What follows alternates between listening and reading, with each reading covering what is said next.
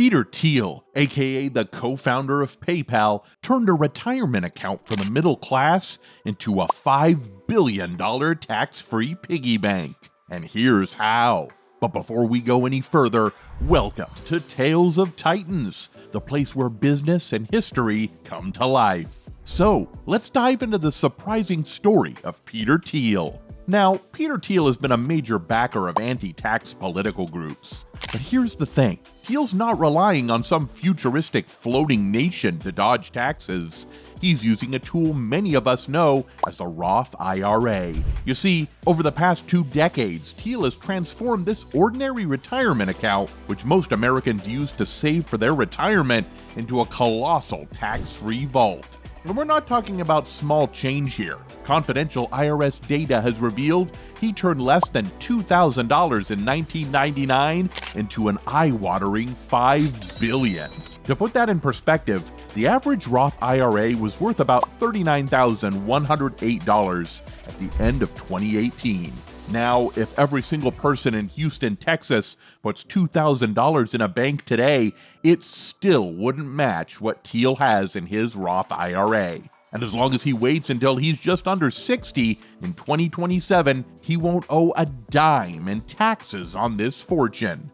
Now, you might be wondering, what are these Roth IRAs? Well, back in the day, corporate pensions were the norm, but as they faded into oblivion, individual retirement accounts, or IRAs, stepped into the spotlight. Initially, these were a lifeline for workers without pensions in the 1970s. But as companies shifted the retirement saving responsibility onto employees, the uptake on these accounts was worryingly low. And if you fast forwarded to old age, many were left relying on just Social Security.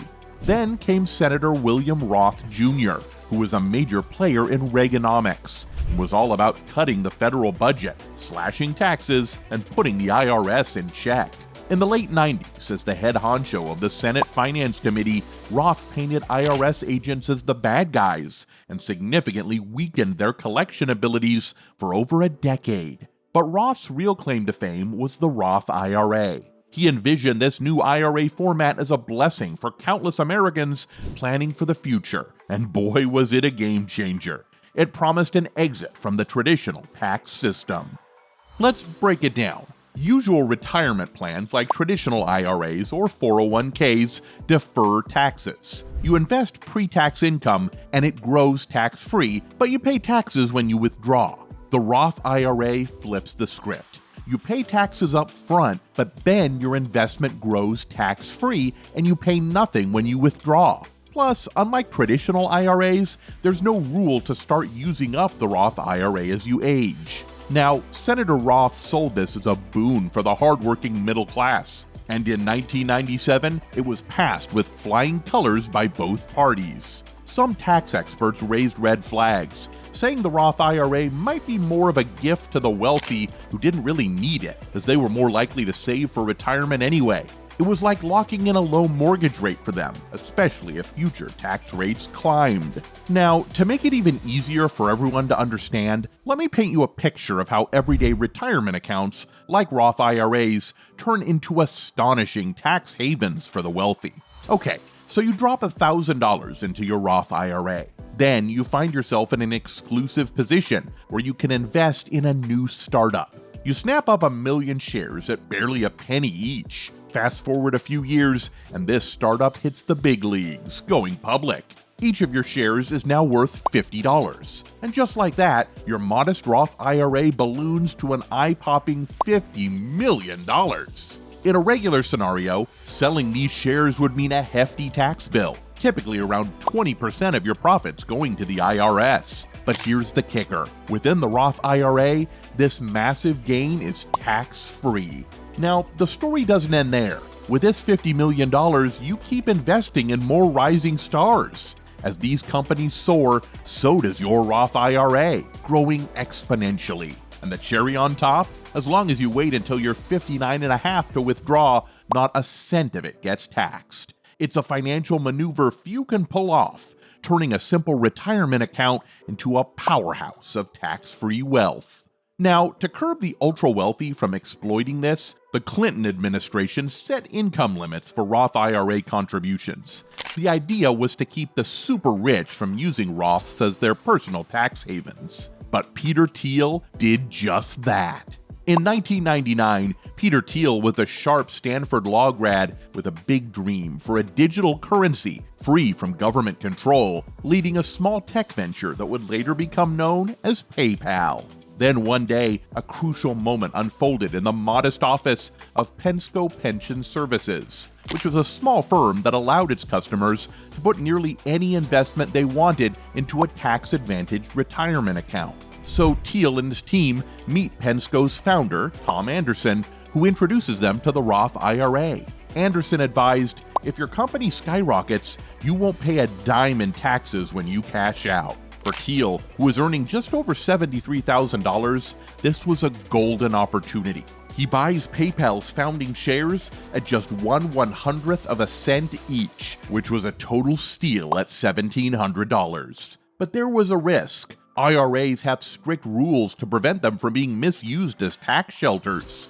You can't just buy assets way below their actual value. It's called stuffing, and it's not allowed. And when PayPal later admitted selling these shares below fair value, it raised eyebrows. Experts like tax professor Victor Fleischer and attorney Warren Baker flagged this as a potential issue. The IRS could view it as getting an unfair advantage, undervaluing shares on purpose. Despite this, Thiel's investment snowballed. His hedge fund had already lent PayPal $100,000, and soon after, investors piled in and the startup's value soared. PayPal was riding the dot-com wave, aiming to become the Microsoft of payments. Yet, at the end of 1999, Thiel's Roth was valued at just $1,664. But don't let that fool you. By the end of 2002, after eBay acquired PayPal, Thiel's Roth ballooned to $28.5 million, all tax-free. Thiel's Roth became a powerhouse, investing in startups like Palantir and even Facebook. By 2008, Thiel's Roth was worth an astounding $870 million. He, along with a few other PayPal alumni, had figured out how to turn the Roth IRA into a colossal tax-free treasure chest. While this strategy kept most ultra-rich at bay, Thiel and his peers had found a golden loophole. Because then came the final years of the George W. Bush administration, and a seismic shift in the financial world impacted the wealthy. It all began with a subtle yet powerful move called a Roth conversion. This meant that if you have a traditional IRA, you can morph it into a Roth by just paying a one-time income tax. The magic of the Roth? No more income taxes after that. For a long time, this was an option only for those earning under $100,000 a year. But then, in 2006, Bush and a Republican-led Congress, eager to cut taxes on capital gains, faced a budget hurdle. Their clever solution? Lift the ban on high earners converting to Roths. It seemed like a revenue booster at first glance, as it required upfront tax payments. But the real tax breaks came later. Budget experts warned of its long-term fiscal harm, but the gates were now open. By 2010, this new backdoor into Roths triggered a wave of conversions among the elite. Hedge fund managers, industrialists, heirs, you name it. Berkshire Hathaway's Weschler turned a massive $130 million traditional IRA into a Roth. And even Warren Buffett joined in with an $11.6 million conversion. After their one-time tax payments, their Roth's value skyrocketed. But there's more. Peter Thiel's Roth IRA for his Facebook investment ballooned to nearly $1.6 billion by 2011. Thiel's journey at exploiting massive tax breaks and his Roth, which was now a labyrinth of sub-accounts, became a symbol of this controversial financial strategy. Fast forward a little, and these giant IRAs caught the eye of the public and politicians. Reports of Mitt Romney's enormous IRA sparked outrage and questions. How did these accounts grow so large despite contribution limits? This led to an uproar and calls for reform. Proposals were made to rein in these mega Roths, but they faced strong opposition and bureaucratic challenges. The IRS, already struggling with budget cuts, found itself outmatched in policing these accounts. In 2016, when Senator Ron Wyden, a Democrat from Oregon, stepped up with a bold idea. He was straight to the point. Our tax code is playing favorites, and it's high time we bring some fairness to retirement savings. This means taking a hard look at those gigantic Roth IRA accounts, which are often the result of cushy insider deals. Wyden had a clear message. Retirement savings should be about building a secure future, not hoarding a fortune. He added, with a sense of urgency, retirement incentives are meant to help folks save for later life, not to create a pile of gold for a few. However, Wyden's plan hit a roadblock pretty quickly. The Senate, controlled by Republicans at the time, wasn't going to let it pass. Meanwhile, Peter Thiel's Roth IRA kept swelling. By the end of 2019, can you believe it reached a staggering $5 billion? That's a $3 billion jump in just 3 years, and all of it tax-free. And that's all for today, folks. Let us know your thoughts in the comments below. Be sure to leave a like and subscribe for more amazing content. And as always, I'll see you in the next one. Peace.